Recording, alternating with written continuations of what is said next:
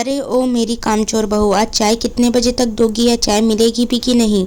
सास कामिनी जी ने पल्लवी को ताना मारते हुए कहा तो ननद रेखा और देवर राहुल दोनों खिलखिलाकर हंस पड़े। वहीं सोफे पर बैठे पति विवेक ने हल्का सा मुंह बना दिया, पर उसने अपनी मां को कुछ भी कहने की हिम्मत नहीं हुई। अगर विवेक अपनी पत्नी के पक्ष में कामिनी जी को कुछ कहता तो वह घर में रोना धोना मचा देती और घर छोड़कर जाने की धमकी देती। इसलिए विवेक अपनी पत्नी की बेइज्जती चुपचाप सहता।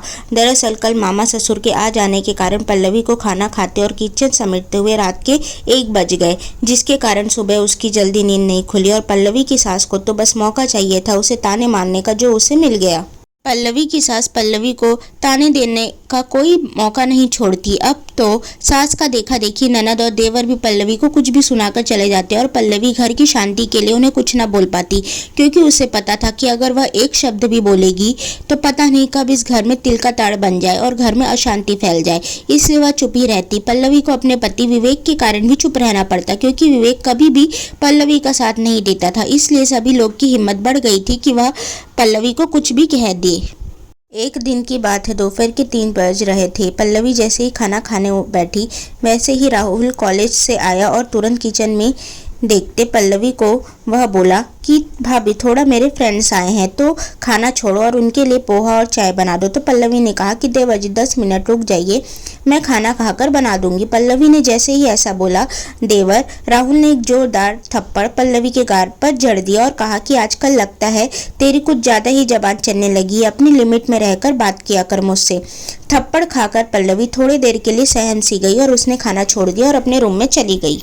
राहुल का अपनी भाभी के लिए इस तरह का बर्ताव देखकर उसके फ्रेंड्स तुरंत वहां से चले गए। थप्पड़ की आवाज़ सुनकर सास और ननद भी पहुंच गए। सास ने कहा कि बेटा तूने बहुत अच्छा काम किया, आजकल की बहू की जबान बहुत चलने लगी है, उन्हें कंट्रोल में रखना ही चाहिए। ननद भी मुस्कुराने लगी और राहुल अपने कमरे में चला गया। शाम को जब तीनों माँ बेटा बेटी हॉल में बैठकर चाय पी रहे थे तो पल्लवी धीरे धीरे हॉल की तरफ आ रही थी। उसे देखकर राहुल ने ताना कसते हुए कहा कि एक थप्पड़ काफी था कि एक और लगाऊं। तो सास और ननद जोर से हंस दिए।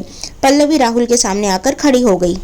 पल्लवी ने एक जोर का थप्पड़ राहुल के गाल पर जड़ दिया और कहा कि कैसा लगा देवर जी मेरा यह थप्पड़। अब आपको पता चल गया होगा कि जब कोई थप्पड़ मारे तो कैसा लगता है। तो राहुल ने जैसे ही अपना हाथ उठाया तो पल्लवी ने कहा कि मुझे मारने की भूल मत कीजिए, नहीं तो मैं अभी पुलिस स्टेशन चले जाऊंगी और आपके खिलाफ घरेलू हिंसा और प्रताड़ना का केस दर्ज करवा दूंगी। अभी ही आप जेल की सलाखों के पीछे चले जाएंगे। तो अगर आपको मेरी हिम्मत देखनी है तो आप मुझ पर फिर से हाथ उठा सकते हैं, मुझे कोई प्रॉब्लम नहीं है।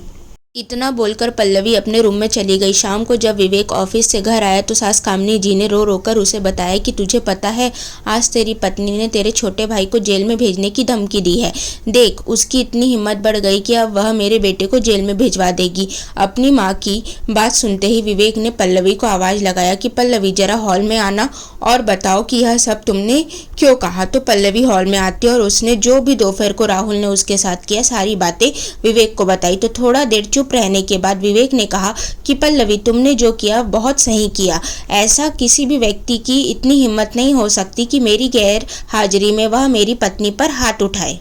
तो कामिनी जी कहती है कि आज तेरे भाई से बढ़कर तेरे लिए तेरी पत्नी हो गई है। तो विवेक ने कहा कि अब तक तो आप सब उसे ताने देते थे, अपशब्द बोलते थे, जो मैंने सहन कर लिया, पर अब अगर किसी ने भी मेरी पत्नी के साथ ऐसी हरकत की तो मैं उसी दिन उस घर से चला जाऊंगा। और अगर मैं इस घर से गया तो मैं आप सबसे अपने सारे रिश्ते नाते तोड़ लूँगा। फिर मुझे भी पता है कि यह घर कैसे चलेगा, क्योंकि अभी यह घर मैं ही चला रहा हूँ। पापा की थोड़ी बहुत पेंशन आती है जिसे आप रमा की शादी के लिए जमा कर रही है, और राहुल तो कुछ कमाता नहीं है। तो फिर आप सोच लीजिए कि आपको मेरी पत्नी का सम्मान करना है या फिर मुझे इस घर से जाने देना है।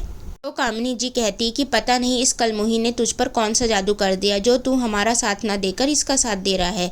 तो विवेक ने कहा कि मुझे इसका साथ बहुत पहले ही दे देना था, पर मेरा साथ ना देने के कारण ही आप लोगों की इतनी हिम्मत बढ़ गई कि आज इस पर इसके देवर ने हाथ उठा दिया। अगर आइंदा से ऐसी बातें हुए तो मैं खुद पल्लवी के साथ पुलिस स्टेशन जाऊंगा और आप सबके खिलाफ रिपोर्ट दर्ज करवाऊंगा। विवेक की इस तरह की बातें सुनकर पल्लवी की आंखें भर आई और वह सोचने लगी कि अगर विवेक ने पहले मेरा साथ दे दिया होता तो आज यह नौबत ही ना आती। सो दोस्तों, अगर आपको यह कहानी पसंद आए तो प्लीज़ इस कहानी को लाइक करें, शेयर करें एंड चैनल को सब्सक्राइब करें। Thank you for watching. Thank you.